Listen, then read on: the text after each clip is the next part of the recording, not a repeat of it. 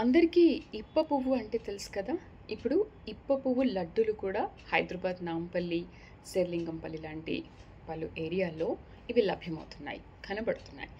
ఆదిలాబాద్, ఉట్నూరు ప్రాంతానికి చెందిన ఒక కొంతమంది ఆదివాసీ మహిళలు వ్యాపార రంగంలో కొత్త ఒరవడి ఏదైనా సృష్టించాలి, దానికి నాంది పలకాలని చెప్పి ఎన్నో పోషకాలున్న ఈ లడ్డు రక్తహీనత తగ్గించేది అండ్ వ్యాధి నిరోధక శక్తిని ఇస్తుందని డాక్టర్స్ కూడా చెప్తున్నారు. ఇమ్యూనిటీ పెరుగుతుందని చెప్పేసి ఇప్పుడు హైదరాబాద్లో భీమాబాయి మహిళా సహకార సంఘం ఈ ఉత్పత్తుల ద్వారా ఏడాదికి ఎంతంటే 1.27 కోట్ల రూపాయల ఆదాయం పొందుతోందని అంటున్నారు.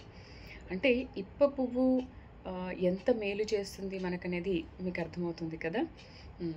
అండ్ ఆదిలాబాద్ అటు సైడు ఇప్ప పువ్వులు బాగా దొరుకుతాయి కాబట్టి మహిళలు ఈ కొత్త ఒరవడికి శ్రీకారం చుట్టారు.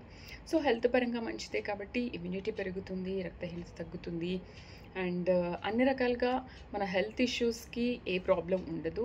హెల్త్ పరంగా అంతా బాగుంటుంది కాబట్టి దీన్ని మనం ట్రై చేయొచ్చు.